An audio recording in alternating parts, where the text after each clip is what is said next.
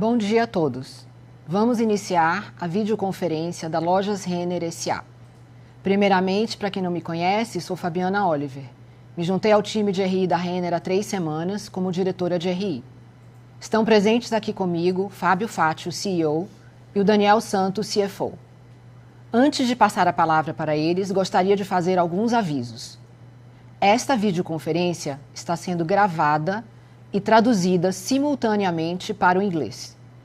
A apresentação será projetada em português e, para quem nos acompanha em inglês, ela foi disponibilizada aqui por chat e no site de RI. Perguntas de jornalistas devem ser direcionadas à nossa assessoria de imprensa no telefone 11 3165 9586. Antes de continuar, esclareço que eventuais declarações relativas às perspectivas de negócio, projeções e metas operacionais e financeiras são crenças e premissas, com base em informações atualmente disponíveis e não são garantias de desempenho, pois dependem de circunstâncias que podem ou não ocorrer. No Q&A, as perguntas poderão ser realizadas por áudio. Com isso, passo a palavra ao Fábio. Bom dia, bem-vinda, Fabi, e agradeço a presença de todos aqui. Vamos compartilhar agora os nossos resultados do terceiro trimestre de 2025, o desenvolvimento da nossa trajetória e nossas perspectivas para o futuro. As iniciativas que nós colocamos em prática entre 2022 e 2023 para a evolução do nosso modelo de execução de moda, de abastecimento e da experiência Omni estão contribuindo para os nossos resultados desde 2024. Os benefícios capturados também se refletem no avanço da rentabilidade. O lucro líquido, na visão dos últimos 12 meses, que nesse mesmo período em 2023 foi de cerca de 900 milhões, saltou para 1,4 bi nesse ano, um crescimento de 49%, enquanto o lucro por ação cresceu 59%. Nesse mesmo período, o CAGR de vendas foi de 9,6%, com evolução de 2 pontos percentuais também na margem bruta. A Realize saiu de um resultado negativo naquela época de 100 milhões para 390 milhões positivos. A nossa margem EBITDA subiu 7,9 pontos percentuais e o ROIC 4,6 pontos percentuais. O nosso desempenho do terceiro trimestre não alterou essa trajetória. Ele refletiu principalmente a dinâmica distinta de clima na comparação com 2024. Tivemos um outono normalizado em 2025, que favoreceu a venda de itens de inverno no segundo trimestre, mas, por outro lado, limitou a disponibilidade desses mesmos itens no início do terceiro trimestre. Naquele momento, nós decidimos não aumentar o volume de pedidos de itens invernais, avaliando o risco e retorno entre perda de oportunidade de vendas e possível excesso de estoque.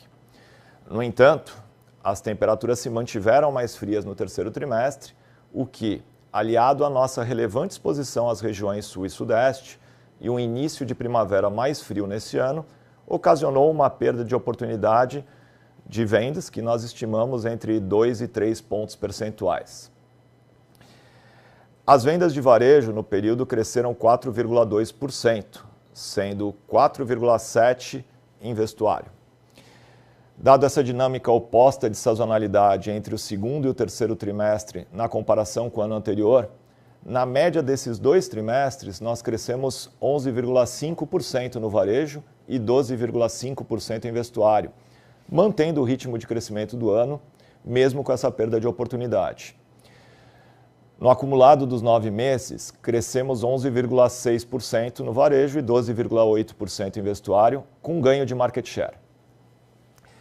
Nas regiões quentes, o desempenho no terceiro TRI foi bem superior à média. O mesmo acontece quando a gente olha o desempenho dos itens não sazonais que independem de clima. Também foram destaque. Isso mostra como nossas coleções têm sido bem recebidas.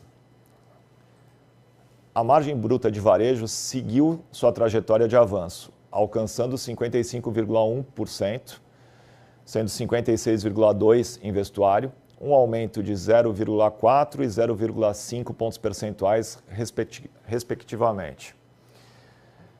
Esse avanço também reflete as melhorias em execução de moda e um abastecimento mais preciso. Nesse trimestre, em função do calendário de algumas despesas previstas para esse período e também pelo menor ritmo de crescimento das vendas, pontualmente não tivemos alavancagem operacional.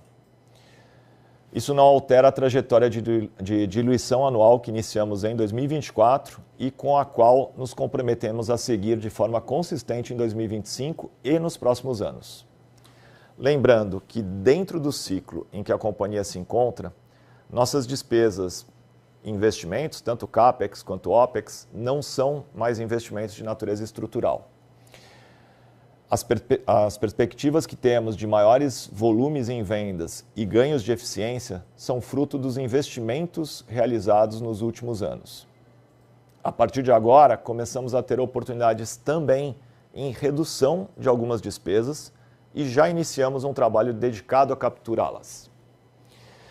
A Realize seguiu sua evolução e contribuição para o varejo, atuando como uma alavanca de fidelização dos nossos clientes, suportada por uma carteira saudável e uma queda na inadimplência e crescimento de 37% no resultado.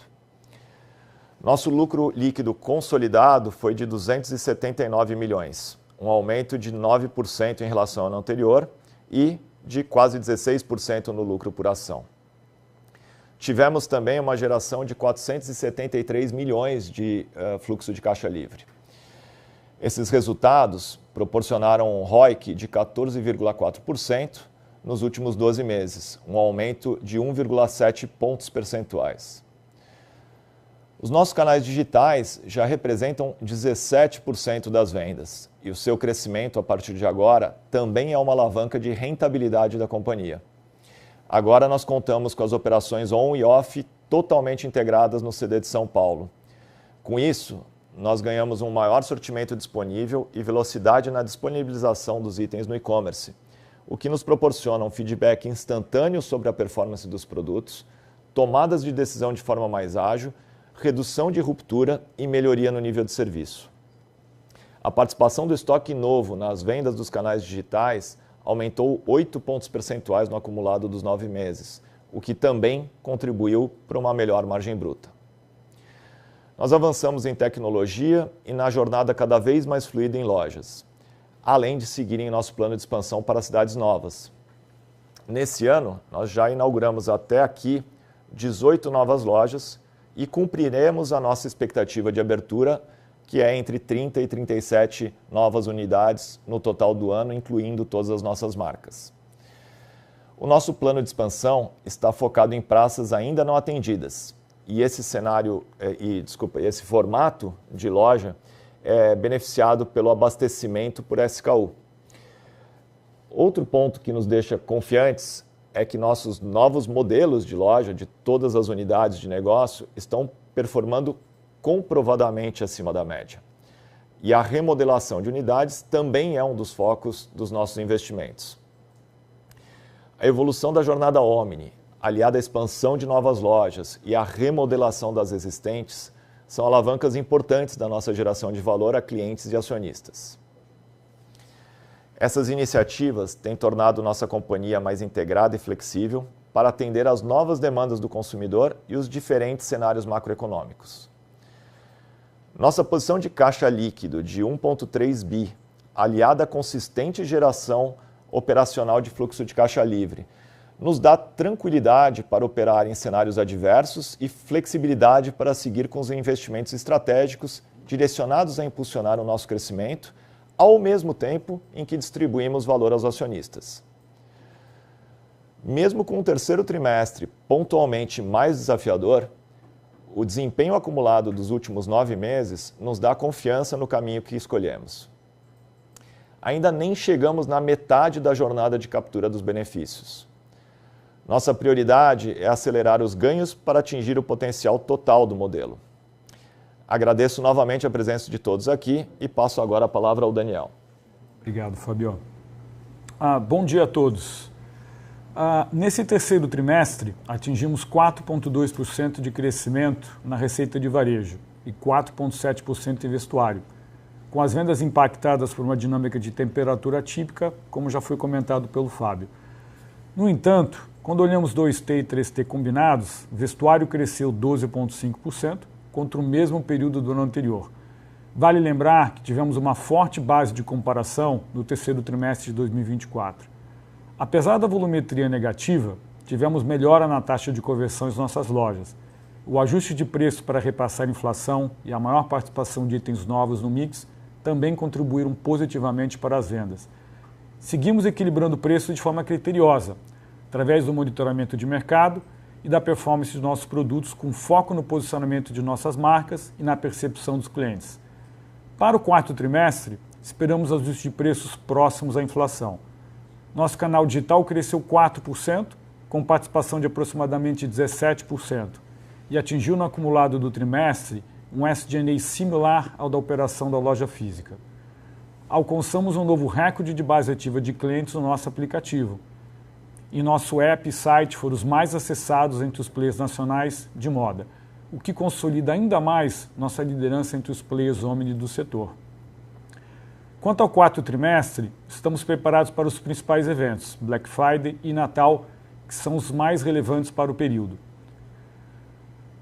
Com relação à margem bruta, seguimos avançando em margem bruta, mesmo com custos inflacionados e juros altos.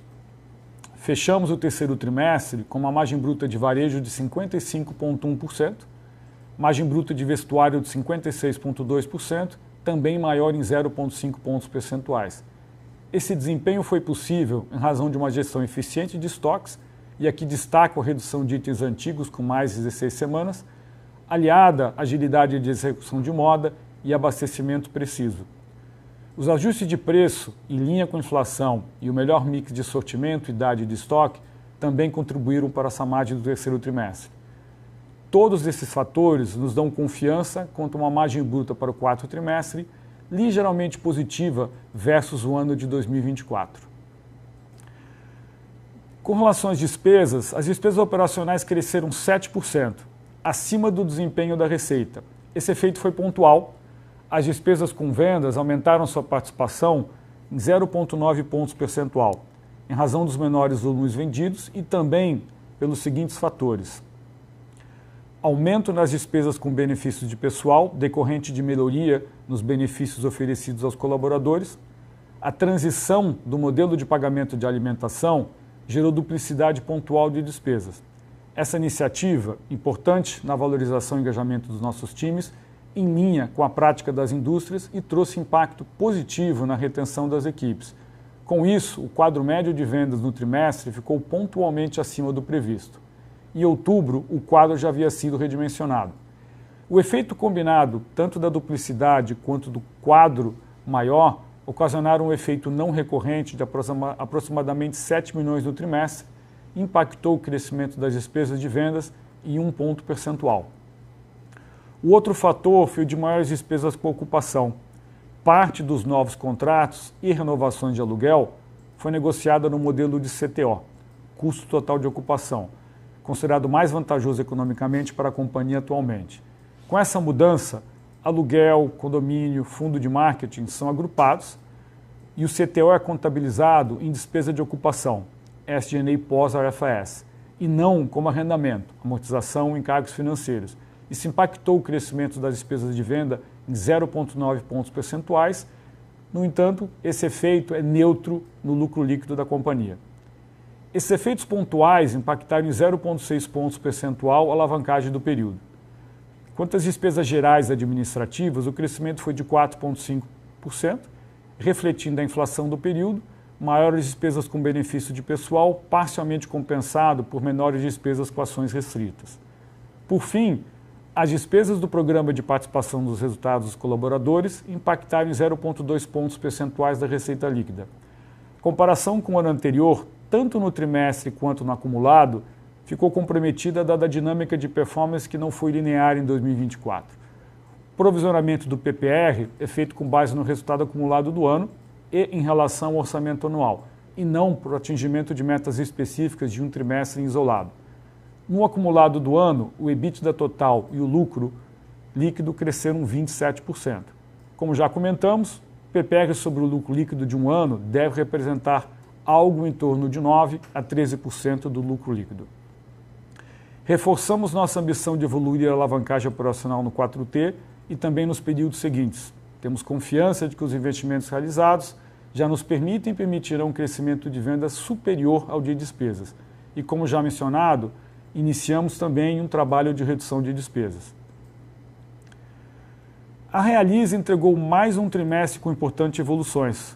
O resultado de 79,8 milhões refletiu a contínua melhora no perfil de crédito da carteira. Nosso modelo de concessão de crédito robusto, preciso, com uma carteira saudável, posiciona a Realize de forma apropriada para o atual ciclo de crédito no Brasil. Nosso over 90 estágio 3, ex-regulação, fechou em 14,7%, 1,3 ponto percentual menor do que o ano anterior. E nossa inadimplência de curto prazo segue em patamares baixos. Enquanto persistir um contexto macro incerto, seguiremos com uma oferta de crédito cautelosa, focada em perfis menos arriscada, principalmente através do private label, garantindo suporte às vendas do varejo e mantendo também a qualidade da carteira. Quanto à resolução 4966, seu efeito líquido foi pouco relevante no trimestre. Conforme já havíamos indicado na call do segundo trimestre, dinâmica que seguirá também para o quarto trimestre. Para o quarto trimestre, esperamos que a Realize siga uma trajetória positiva de desempenho, porém em magnitude inferior à realizada nos períodos anteriores, em função da base de comparação mais forte, dada a evolução sequencial que aconteceu ao longo de 2024. O EBITDA total cresceu 3%, com uma margem de 19,3%, menor em 0,2 pontos percentuais, e reflete o desafio nas operações de varejo, parcialmente compensado pelo melhor resultado de serviços financeiros. O lucro líquido aumentou 9,4%, reflete a menor alíquota efetiva, também o menor resultado financeiro. O lucro por ação cresceu 15,5%, beneficiado pela execução de 85% do plano de recompra de ações. Destaco que neste ano já distribuímos 1,4 bilhões na forma de juros sobre capital próprio e também do nosso plano de recompra de ações. Quanto ao ROIC, acumulado de 12 meses, ele teve uma evolução de 1,7 pontos percentuais, alcançando 14,4 ponto percentual. Muito obrigado. Passo agora para a Fabi. Vamos iniciar nossa sessão de Q&A. Para fazer perguntas, por favor, levante a mão no botão. Para otimizar o tempo e atender a maior número de participantes, solicitamos que cada analista faça apenas uma pergunta por vez. E, se necessário, retorne à fila para perguntas adicionais. A primeira pergunta vem do Luiz Guanais, do BTG. Guanais, pode prosseguir. Bom dia, Fabi, Fábio, Daniel.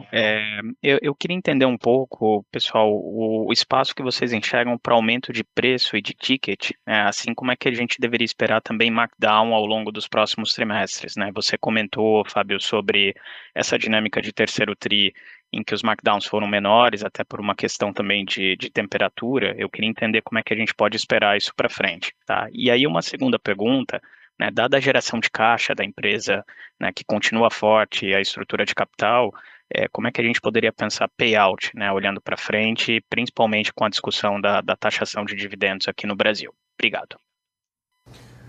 Obrigado pela pergunta, Guanais.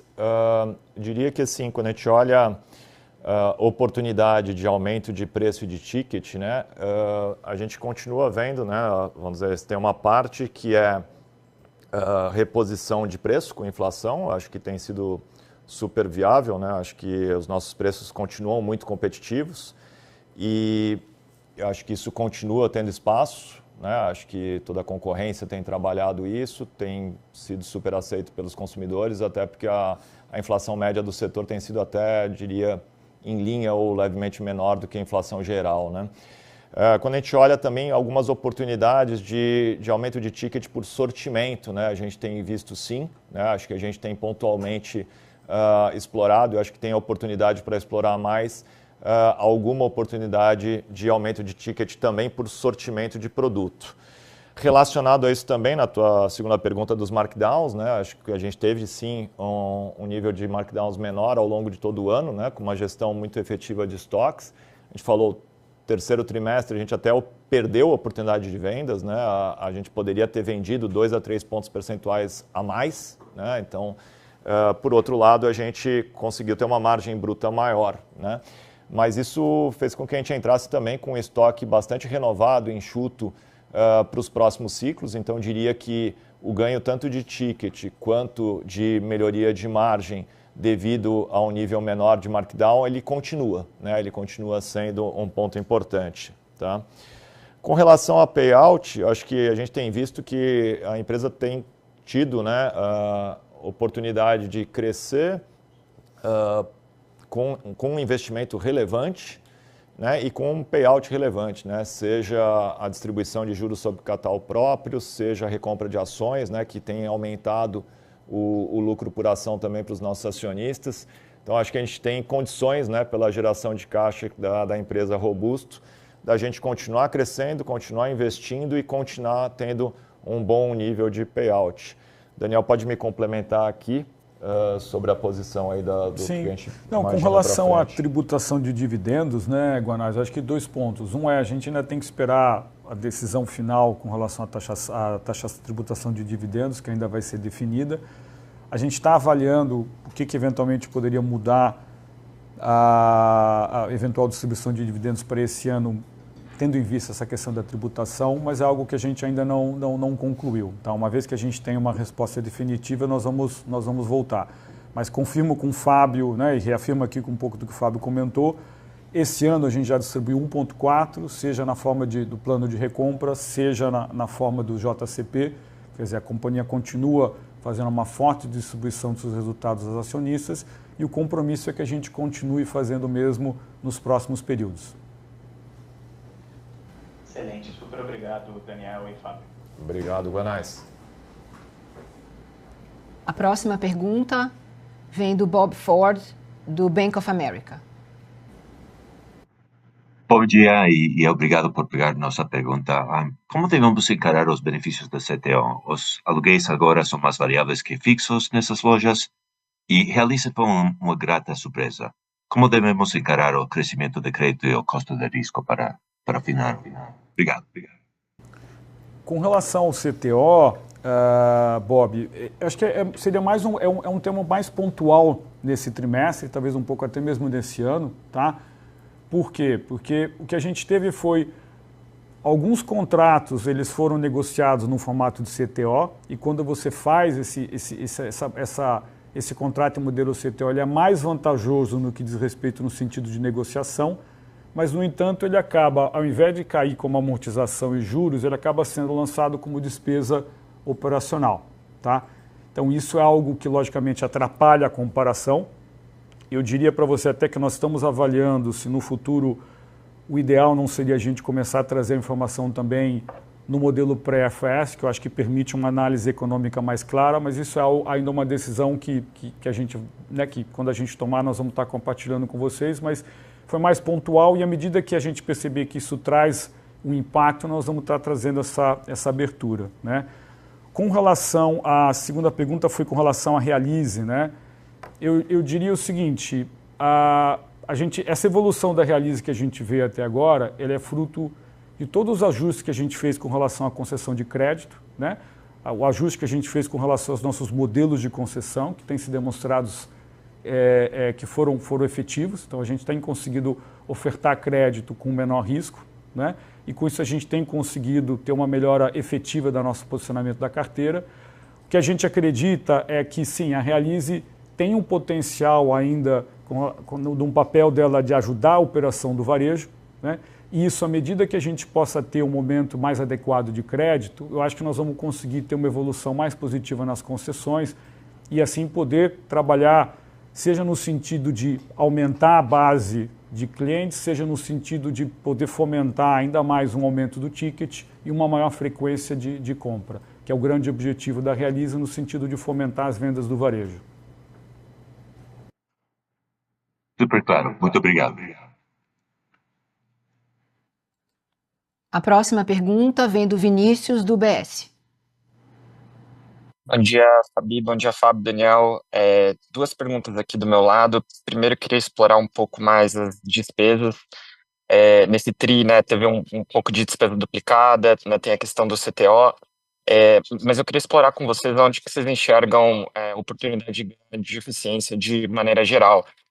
Acho que no Opening Remarks o Daniel comentou sobre um trabalho de redução de despesas, então eu queria, se pudesse, elaborar um pouquinho mais sobre isso. E minha segunda pergunta, aqui mais do lado da venda, vocês falam do impacto de 2 a 3 pontos, né, por essa questão climática. Então, se vocês puderem só explorar um pouquinho mais como é que é esse gap de performance entre as lojas mais quentes, né, e lojas em regiões mais frias, e como é que tem sido a receptividade das coleções de verão, onde a gente tem uma temperatura um pouco mais quente. Obrigado. Obrigado, Vinícius.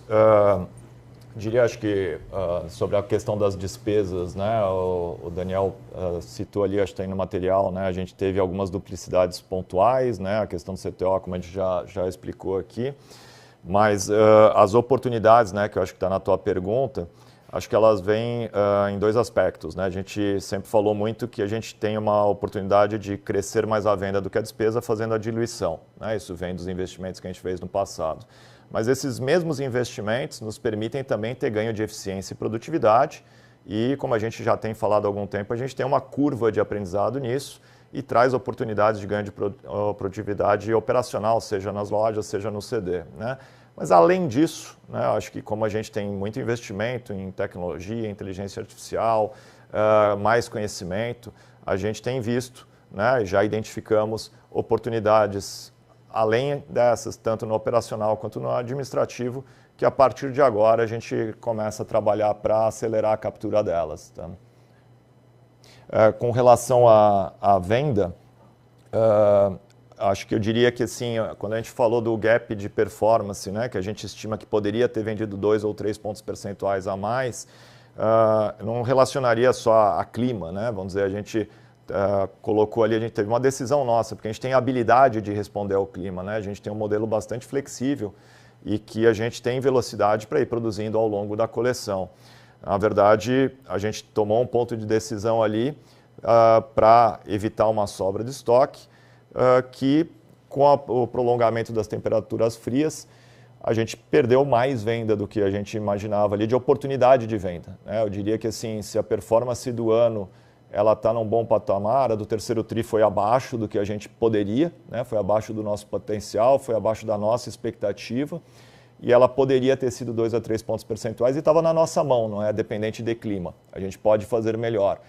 Por isso que a gente cita ali também que a gente já ajustou janelas de ponto de decisão, né? Para a gente ter, principalmente nesse período de outono e inverno, que é uma janela mais curta, a gente poder performar melhor em outras situações, né? Quanto à relação da performance por praças, a gente não costuma abrir o número, mas o que eu poderia te dizer é que, assim, que a performance das praças de clima mais quente, ela vem sendo muito superior às praças onde o frio continua por mais tempo, né? Então isso mostra que a coleção está sendo bem aceita, né? E acho que a questão climática, a cada dia que passa, ela tende a perder um pouco o efeito, né, daqui para frente também. E lembrando que, quando a gente fala de quarto TRI, 80% do faturamento do quarto TRI ele está concentrado ali nos períodos de novembro e dezembro, especialmente em Black Friday, Natal e festas de final de ano ali. Obrigado, Fábio. Obrigado, Vinícius. Obrigado, Vini. A próxima pergunta vem da Dani, da XP. Bom dia, pessoal. Obrigada por pegar minha pergunta.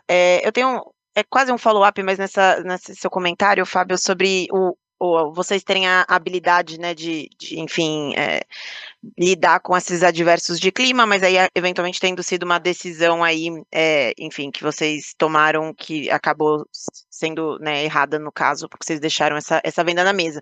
Mas aí, entendendo assim, olhando para frente, né, a gente, olhando, acho que previsão do tempo, obviamente sempre pode mudar, mas a gente ainda vê uma dinâmica de clima adverso, pelo menos até novembro, né, até com mais chuva, enfim.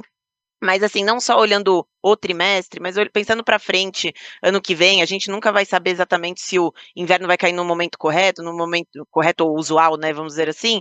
Eu queria entender exatamente quando que a gente vai começar a ver de fato esses resultados desse modelo mais ágil, né? Porque a gente ainda sente um pouco essa falta, obviamente, eu acho que faz total sentido as suas falas, mas a questão de vocês conseguirem reagir rápido, querendo ou não, foram muitos meses de frio, né? Assim, o quanto que vocês não poderiam ter tido essa decisão, ou eventualmente talvez até adotar uma postura um pouco mais arriscada em relação ao estoque, talvez vocês tenham vindo de uma postura muito conservadora, então talvez ajudar a gente um pouquinho a entender como que vai ser a estratégia em relação a de fato tentar fazer uma história mais micro e menos dependente de fatores climáticos. Acho que o macro, pelo que você comenta, parece que não é um ponto, mas eventualmente num macro mais desafiador, acho que seria bacana. E um follow-up em relação só das despesas, que o Daniel comentou do pacote de eficiência, acho que mais do que de onde está vindo, eu queria entender o quanto que vocês conseguem, né, assim, olhando as despesas de vocês,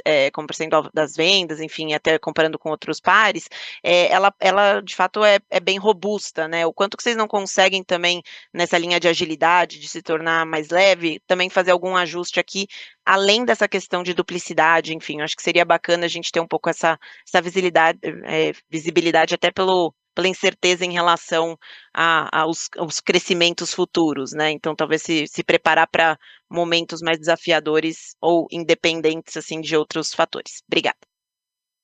Obrigado pelas perguntas, Dani. E acho que sim, você tem razão, né, na questão por isso que eu falei na pergunta anterior com relação ao clima, né? O clima não está na nossa mão, mas a decisão está, né? É importante, assim, a gente tem ferramenta, temos formas, né, de produzir rápido, de ir regulando o estoque ao clima, à demanda, né?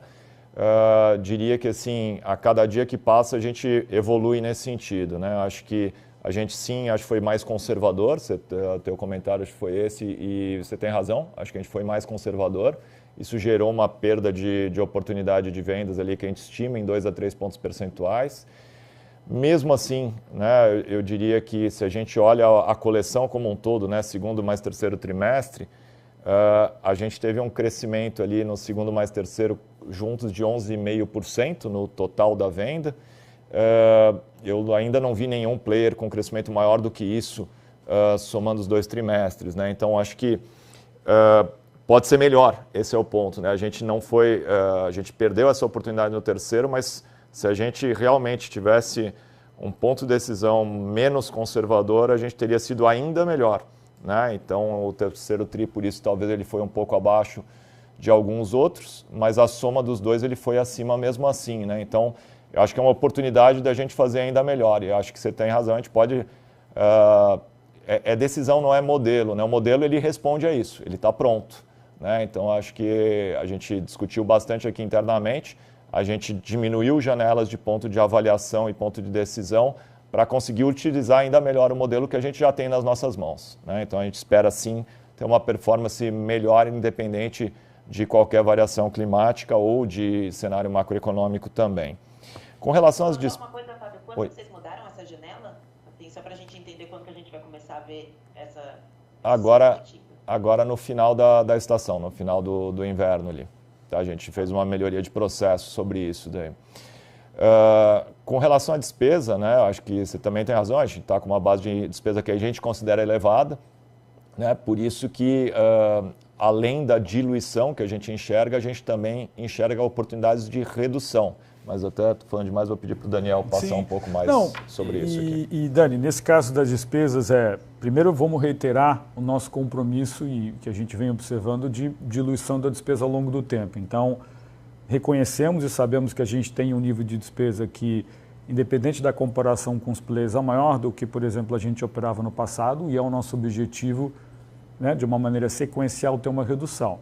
O que a gente observa aqui além da capacidade de poder crescer o faturamento acima do crescimento de despesa, que não foi o caso no T3 pelos motivos que a gente comentou, a gente já fez um diagnóstico que tem algumas áreas específicas onde a gente pode realmente fazer uma redução de despesa. Não dimensionamos ainda, tá? Então não é algo que a gente ainda possa compartilhar mais detalhes, mas o que a gente queria reiterar é que sim, existe oportunidades de ganhos de eficiência e nós vamos estar, né, buscando materializar as mesmas o quanto antes. Tá? Então não é um programa que vai vir em T4, não é um programa simplesmente de um trimestre, é algo que vai acontecer ao longo desse 4º trimestre e também ao longo do próximo ano de 2026. Excelente, obrigada. Obrigado, Dani. A próxima pergunta vem do Joseph, do JP Morgan. Acho que sou eu. Ia mandar do Goldman Sachs, mas foi habilitado aqui o meu áudio. Obrigada. Voltando, talvez, para essa pergunta da Dani sobre o momento, eu queria abordar isso, talvez, de uma forma diferente para entender se vocês estão pensando sobre potenciais ajustes na construção das coleções, do sortimento, para manter uma maior flexibilidade para questões climáticas, ou se vocês acham que, dado todas as melhoras que vocês fizeram na logística, na agilidade dos processos, que isso seja o suficiente para, enfim, se adequar para um clima que talvez seja cada vez mais ou menos previsível. E a segunda pergunta é só um follow-up na pergunta do Guanais, da pergunta da alocação de capital. Se potenciais aquisições ainda são uma possibilidade, e por isso vocês vão talvez deixar alguma flexibilidade maior na estrutura de capital para frente, ou se isso ficou agora mais para trás e foco realmente só no crescimento orgânico. Obrigada. Bom, obrigado pelas perguntas, Irma. Acho que com relação aos ajustes de coleção, como você mencionou, é parte, né? Acho que uma coisa uma parte é você ter um modelo que está preparado para ajustes, né, de quantidades e produção, né? E eu acho que isso ainda está preparado. A gente evoluiu um pouco o nosso ponto de decisão. Outra questão é o sortimento, né? Então a gente até mencionou ali que a performance dos itens que são mais perenes, né, não são tão sazonais, ela foi muito superior aos demais. Então, na verdade, a gente tem dado mais espaço, né? Acho que cada vez mais esses itens têm sido mais importantes, têm respondido melhor em diferentes situações. Então, tem sim, né, operar melhor no nosso modelo que ele está ali, que era a parte mais difícil, é conseguir ter o modelo, a gente tem, né? Melhorar pontos de decisão. E sortimento, sim, acho que pontualmente a gente tem mais espaço para alguns tipos de itens que formam o guarda-roupa, né? Você consegue ter uma resposta até para o inverno com mais camadas, né? Então, acho que esses itens têm ganho mais relevância e a gente tem feito ajustes no sortimento. Acho que a cada vez mais a gente fica mais preparado para responder melhor a essas variações. Com relação a potenciais aquisições, a gente não tem trabalhado em nada inorgânico, né? A gente tem muita coisa orgânica para fazer nos nossos investimentos. A nossa estrutura de capital, como a gente falou, ela permite que a gente continue fazendo esses investimentos num ambiente que ainda é muito incerto, né, e de risco. Então, a gente prefere ter uma estrutura um pouco mais conservadora nesse sentido para ter a flexibilidade dos investimentos, de operar, né, e também, ao mesmo tempo, continuar distribuindo valor aos nossos acionistas. Daniel, quer dar um pouco mais de... Perfeito, Fábio. Eu acho que esse tema que você comentou da flexibilidade é chave, principalmente no momento e numa situação econômica, num país que a gente sabe que tem sempre uma série de desafios. Ficou claro, obrigado. Obrigado, Irma. Agora sim, Joseph, JP Morgan. Olá, bom dia a todos. Bom dia, Fábio, Daniel, Fabi, bem-vinda. Obrigado por pegar minha pergunta. São dois pontos bem pontuais. Aqui. Acho que o primeiro dele, olhando um pouquinho para a questão de ajuste de sortimento, né, e reatividade, eu queria explorar um pouco como é que vocês têm visto a evolução do lead time, né? Então, ponto de decisão até o produto estar na gôndola, e aí explorar como é que esse lead time pode mudar ao longo do tempo, que entendo que na cadeia de inverno, talvez esses lead times sejam um pouquinho mais elásticos. E olhando um pouco para essa alocação de capital, né, acho que a gente tem dividendo, que foi bastante explorado até agora, e questões de aceleração de expansão e reforma. Então, se pudesse dar um pouquinho mais de visibilidade, como vocês enxergam o potencial para aceleração, principalmente, né, na Yukon e na Renner, e como é que vocês têm visto a performance dessas reformas que vocês vêm implementando nas lojas. Obrigado. Bom, obrigado pelas perguntas, José. Sobre a parte de sortimento, né, reatividade, ponto de decisão, acho que o nosso lead time ele vem evoluindo cada vez mais, né? Diria que o do inverno é sempre um pouco mais longo em média, depende do tipo de produto, do que é o de primavera-verão, por exemplo, né? Então, por isso talvez a gente, num conservadorismo, né, olhando que o outono foi mais normalizado, talvez a gente tinha uma expectativa que o inverno também fosse mais normalizado, ele foi mais extenso. Olhando para trás agora, a gente teria tomado uma decisão de uma produção maior, e tinha habilidade para isso, tinha tempo para isso, mesmo com lead time em média um pouco mais longo do que o de verão, de primavera-verão. Né? Então a gente tem trabalhado tanto no ponto de decisão, quanto para encurtar cada vez mais, né, os lead times de inverno também, né, o que torna a responsividade, a flexibilidade cada vez melhor. Do ponto de vista da alocação de capital, né, e abertura de lojas, reformas, eu falar um pouquinho da abertura de lojas e reformas, o Daniel pode falar um pouco mais sobre a alocação de capital dos investimentos aqui, mas a gente está bastante contente tanto com as novas lojas quanto com os novos modelos de loja, né? Então, as novas lojas, elas vêm performando bem, vêm performando numa mesma safra acima das médias de safras de anos anteriores, ali no mesmo período. E vale lembrar que, por exemplo, né, Renner, que está entrando em novas praças, com formatos, na média, um pouco menores do que a média atual. Toda essa questão da precisão do abastecimento por SKU, que nos permite ter sortimentos diferenciados e grades diferenciadas por loja, todas as lojas são beneficiadas com isso, mas esse formato de loja são as que mais são beneficiados. Então, daqui para frente fica ainda mais importante a performance dessas lojas novas, que já está acima da média, e a tendência que a gente acredita é ter até uma melhora nesse sentido.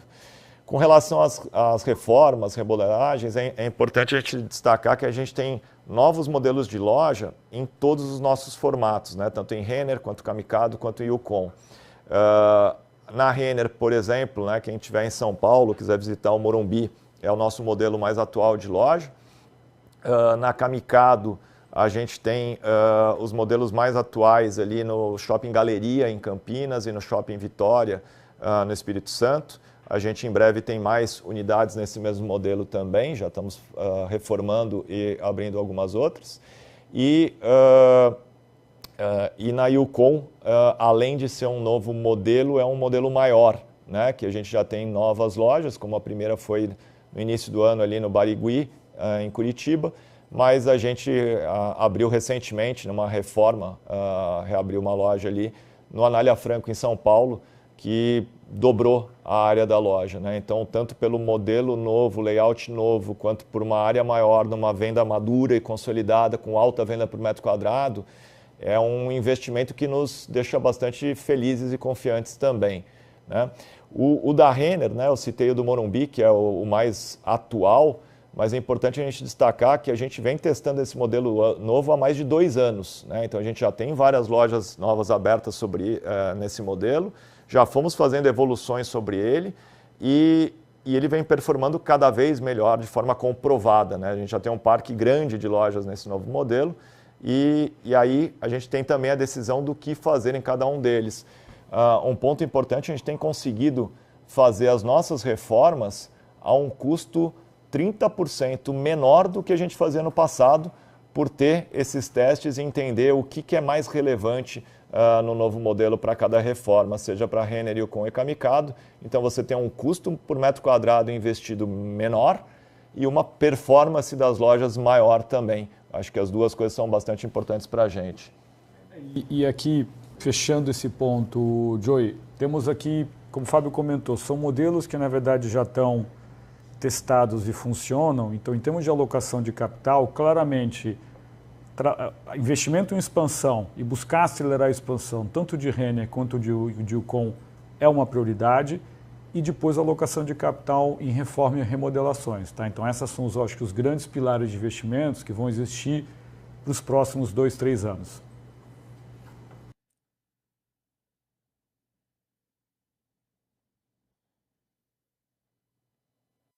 Nossa próxima pergunta vem do Rubem, do Santander. Bom dia, pessoal. Obrigado pelo espaço. Eu queria voltar um pouco no tópico de crescimento de vendas. Se vocês puderem falar sobre o crescimento do GMV digital, que teve, acho que, uma boa desaceleração esse TRI. Eu entendo que tem um efeito base aqui também, mas o gap do quanto online crescia a mais do que a loja física deu uma boa fechada no TRI. Então, eu queria entender se tem algo específico aqui no canal esse trimestre, seja interno ou externo, plataformas de marketplace sendo bem agressivas, se isso tem afetado vocês de alguma forma e o que a gente pode esperar agora para esse quarto TRI, incluindo Black Friday. Obrigado. Obrigado, Rubem. Diria assim que a gente tem um patamar de participação da venda digital bastante elevado, né? Já estamos em 17%. E o que a gente vê, né, teve uma agressividade comercial maior ali nos custos, né, digitais. Eu acho que alguns estão tentando crescer mais, os próprios marketplaces disputando mais. A gente optou, né, por não ser tão agressivo também no tráfego inorgânico, né? Então acho que por isso o crescimento não foi tão relevante. É um equilíbrio que a gente tem aí de crescimento versus rentabilidade. A gente acho que consegue equilibrar bem essa equação, né? Crescer, acho que a tendência que a gente vê daqui para frente é sim lógico, depende de trimestre a trimestre, mas na média tem um crescimento do digital maior do que do físico e com rentabilidade, né? É isso que a gente tem buscando. Acho que o crescimento um pouco mais tímido ali no trimestre é pontual e também é reflexo, eu diria, de uma realidade que no ano passado a gente teve um pouco mais de sobra de estoque. O canal digital ele tem uma característica de conseguir escoar melhor esses produtos remarcados, né, proporcionalmente. Esse ano, como a gente falou, né, perdemos a oportunidade de venda, na verdade não sobrou esse estoque, né? Então, parte dessa falta de crescimento de venda no canal de digital específico foi também por a gente não ter um volume remarcado significativo como a gente teve no ano anterior. Super claro. Obrigado, Fábio. Próxima pergunta vem do Gastim, do Itaú. Bom dia, pessoal. Fábio, Daniel. 2 pontos aqui. O primeiro deles, Fábio, conta pra gente um pouco como é que foi essa evolução do trimestre, né? Eu acho que você mencionou um pouco essa questão do clima, mas a gente ouviu muito feedback da indústria de um setembro muito, muito duro, né? Acho que foi o pior mês do trimestre. Então, conta um pouco pra gente essa evolução, né, ao longo do trimestre. E agora, né, a gente já tem o mês de outubro todo fechado. Se vocês já perceberam alguma melhora em relação ao clima, ou se outubro ainda está num ritmo muito parecido com o terceiro TRI, acho que seria super legal para a gente entender. E o segundo ponto, Daniel, mais sobre essa parte do phasing, né, das despesas de varejo, a dúvida é de fato quanto que isso foi pontual e quanto disso naturalmente dependeu de uma expectativa de receita um pouco abaixo do que vocês tinham, né? E aí você acabou diluindo um pouco menos. Em outras palavras, Daniel, quando você olha o quarto trimestre, e já olha o setup de despesas que vocês têm para o varejo no quarto trimestre, vocês têm conforto nesse nível que a gente volta a ver uma diluição? Como é que a gente pensa isso para o quarto TRI? São esses 2 pontos. Obrigado, pessoal. Obrigado, Gastim. Acho que assim, a gente não costuma abrir períodos menores que trimestre de mês, mas o que eu posso dizer, porque eu também tenho ouvido muito no mercado, né, em diferentes setores ali, uma desaceleração muito forte em setembro. Diria que para a gente não teve esse impacto concentrado num mês só, não, né? Acho que a gente tem mais distribuído ali e a gente podia ter vendido mais, né? Acho que depois o Daniel vai responder a parte das despesas que você perguntou ali para ele, mas o crescimento de venda sendo maior também ajudaria nisso e a gente tinha oportunidade, a gente tem oportunidade, tem potencial para ter um crescimento maior. Então, diria que teve meses melhores ou piores, mas não teve esse mesmo impacto que eu acho que você tem ouvido, eu tenho ouvido também em outros setores, principalmente ali. Com relação ao quarto TRI, como eu falei, acho que a gente também não vê nenhuma mudança drástica, nem para cima nem para baixo, mas o mais importante do quarto TRI é que 80% dele ainda não aconteceu, né? Então é difícil a gente afirmar, mas a gente tem uma expectativa boa para o quarto TRI. Acho que a gente está bastante preparado, bem preparado, com estoques novos, né, com a campanha bacana, com excelentes produtos que estão sendo bem aceitos, onde a performance está melhor também, né, em regiões ali onde a gente tem um efeito mais normalizado. Então, acho que é cedo para a gente falar, né? Muito cedo para falar, mas eu acho que a expectativa positiva de quarto tri aí, vamos ver como é que ele evolui. Daniel, acho que falando sobre despesas, né? de despesa, Gastim, obrigado pela pergunta. Bom, assim, desde o início a gente falou que o terceiro trimestre ele tinha 2 desafios. Ele tinha um desafio de um crescimento que a gente sabia que era um trimestre que ia ter o menor crescimento do ano, e segundo, algumas despesas que a gente já tinha conhecimento com relação à calendarização. Tá? Vendas, ela veio abaixo do nosso potencial e da expectativa, como o Fábio já mencionou, e a gente teve também nas despesas alguns pontos, algumas coisas pontuais que fizeram que ela ficasse ainda um pouco acima daquilo que a gente tinha originalmente desenhado. Tá?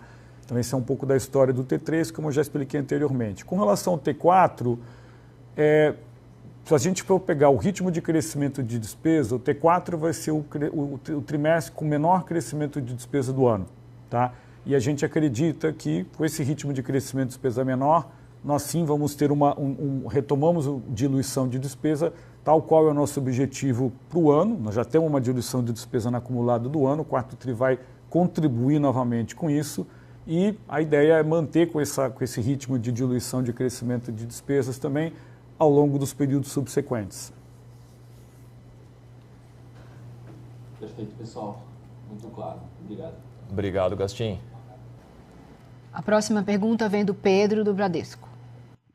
Obrigado, pessoal. Bom dia. Obrigado por pegar minhas perguntas aqui. Desculpa abusar no ponto que já foi explorado aqui, tanto pela Dani quanto pela Irma, mas, enfim, eu queria entender melhor a questão das iniciativas implementadas para os próximos ciclos, né? Vocês falaram de sortimento com a Irma, um pouco do processo de decisão na resposta para a Dani.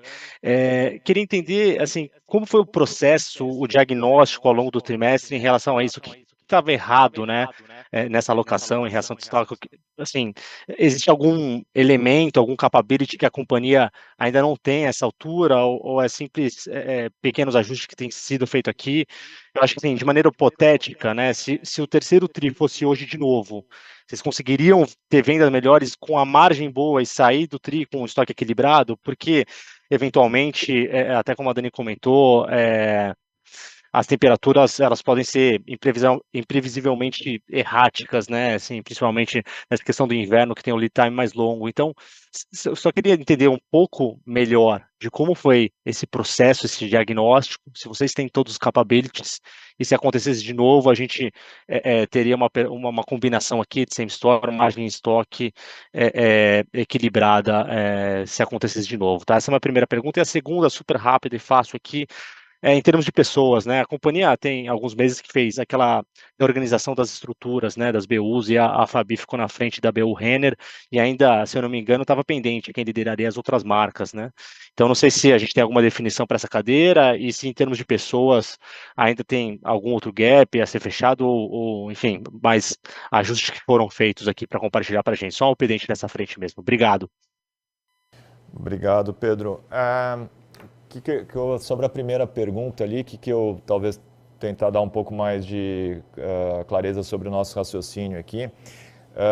As capabilities a gente tem, né? Acho que quando a gente fala, né, de ponto de decisão e melhoria de ajuste de processo, né, porque a capability que é o mais difícil a gente tem, né? Então não precisa de novos investimentos nem nada disso. A gente ajusta processo e ponto de decisão. Quando a gente fala da estimativa, né, que a gente poderia ter sim no terceiro tri vendido de 2 a 3 pontos percentuais a mais, não é imaginando se um cenário fosse melhor, é imaginando se a gente fizesse os ajustes que a gente já se comprometeu, é o que está na nossa mão, né? Não estou contando na estimativa com um cenário melhor ou um cenário pior, né? Aí tem outras variações. Eu acho que no mesmo cenário, a gente operando os capabilities que a gente tem, com o ajuste de processo e as discussões que a gente fez aqui, a gente estima que tem um impacto de 2 a 3 pontos percentuais na mesma situação, né, nas mesmas condições de temperatura e pressão aí, tá? Com relação a pessoas, né, a gente falou ali da nova estrutura e a gente anunciou aqui, tanto interna quanto externamente, para todo mundo saber, né, qual era o macro, as principais mudanças ali que a gente estava imaginando. Mas a gente fez a da BU Renner ali, que para a gente era mais importante, né? Acho que a gente teve um ganho de eficiência importante aqui, tá está tendo uma facilidade, um ganho de produtividade nos times aqui da nova organização que a gente fez, né? Não só consolidando a BU Renner, mas também retirando questões corporativas e distribuindo entre as áreas corporativas. Eu acho que isso trouxe um dinamismo maior. A gente anunciou, né, o racional das demais BUs, porque é o que faz sentido também para a gente. Mas diria que a gente não tem pressa de fazer isso, né? Então a gente começou há pouco tempo atrás a buscar a pessoa para ocupar essa cadeira. Ela ainda não está nominada, né? Mas não tem nenhuma urgência nisso. A gente só deu o racional para mostrar o sentido da estratégia, tanto internamente quanto externamente. Mas a posição ainda está vaga. Você perguntou de outras posições. Acho que a gente sempre tem ajustes pontuais, mas eu acho que a maioria delas estão super bem encaminhadas e a gente tem conseguido, mesmo na reestruturação, porque às vezes nos perguntam, né? Está trazendo essa pessoa específica de fora, que talvez é uma que tem visibilidade, mas a gente está preenchendo, se eu não me engano, 80% das posições aqui com sucessão interna, né? O próprio caso da Fabi, por exemplo, que você citou, né? Da Fabi Tácola, que é da BU Renner, também é um movimento interno e com isso disparou vários outros movimentos internos, né? A gente tem tido um bom potencial aí no preenchimento das vagas aí com sucessão interna também e pontualmente trazendo algumas pessoas também para agregar com o time e trazer novos conhecimentos, né?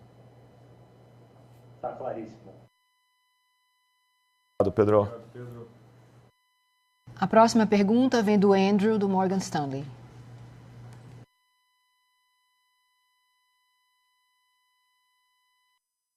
Hi, thanks very much for the question. I think most have been answered, but maybe just to get an update on your Argentina business, curious how you saw consumption trends throughout the quarter. And now that we start to look forward post the midterm elections, any view on how you expect that business to evolve and what you would need to see to reignite a store growth opportunity in the country? Thank you. Thank you, Andrew. Acho que vou responder em português porque tem a tradução aí. O Andrew estava perguntando sobre a Argentina. Para a gente, a Argentina continua, né, com uma performance melhor do que anos anteriores ali, desde a mudança ali da legislação para a operação na Argentina, né? A gente tem conseguido operar bem. Pontualmente, terceiro tri, como a Argentina também é uma praça mais fria, não diria que foi a melhor performance, né? A gente teve performances melhores em praças quentes, mas ela vem performando melhor do que a média das praças frias, né? Então, acho que a Argentina tem tido uma boa performance. É uma oportunidade futura que a gente tem de expansão também. A gente, nesse momento, mantém as 4 unidades em operação que a gente tem, não estamos pensando em nenhuma expansão agora, né? Até para entender a estabilidade geopolítica do país, né? Que parece estar num bom caminho, né? O país está se recuperando bem e a gente também está respondendo bem à Argentina. Acho que é um potencial futuro importante para a gente, né? Vamos ver como é que evolui o cenário lá também para poder investir mais ou manter o investimento atual, né?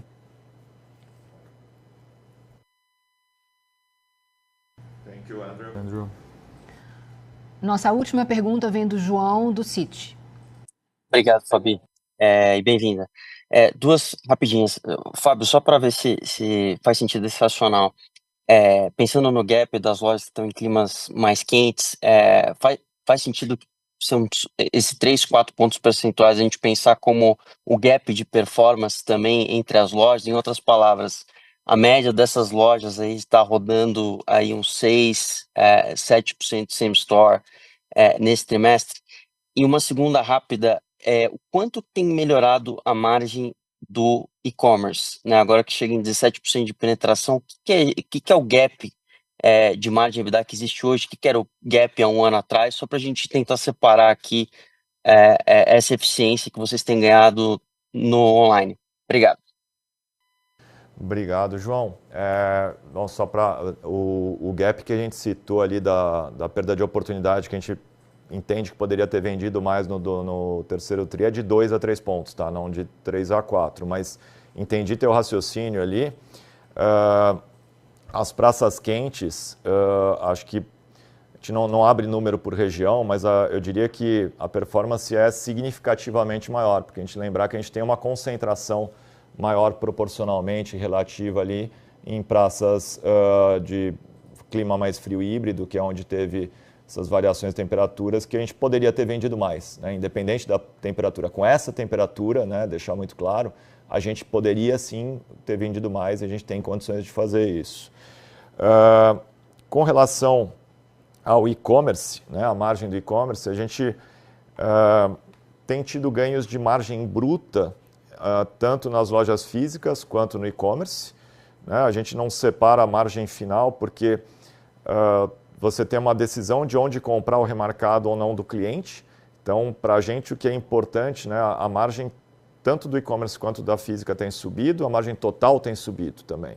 E quando a gente olha as operações, a gente olha venda e custo, né? E eu diria que o custo do online hoje ele está igual ao custo do offline, praticamente, né, cada mês varia um pouco, mas ele está praticamente o mesmo do custo do offline, e a gente tem uma expectativa até que ele seja levemente melhor, né? Por isso que se a gente entende, né, que o crescimento do digital ele é importante e ele tende a ser maior, levemente maior do que o físico, porque o físico também vai crescer bastante, né? Por isso que é levemente maior, e ele pode ser até melhor, né, na margem final do ponto de vista de venda e custo para a operação total. Esse crescimento é uma alavanca para o resultado da empresa também, né? Tá super claro, Fábio. Obrigado. Se me permitiu, só um follow-up do que pediram aqui. Em relação, se você acha que você já corrigiram esses pontos aí do final do terceiro tri, já deveria haver o outubro normalizado, pensando, né, em gaps, né? Essas oportunidades já foram capturadas, enfim. Diria que assim, a gente já mexeu em processo, né? Acho que a maior oportunidade, né, dessa correção e dessa melhoria, ela é para outono e inverno, até porque para primavera-verão você tem um ciclo, tanto o ciclo, os itens são menos diversos ali na gramatura, no peso, quanto o ciclo produtivo é muito mais rápido também. Então, os ajustes já estão implementados, eu diria que eles são até mais importantes no outono e inverno, mas sim, eles já estão acontecendo ali. Ótimo, obrigado. Desculpa o abuso. Imagina. Obrigado pelas perguntas aí, João.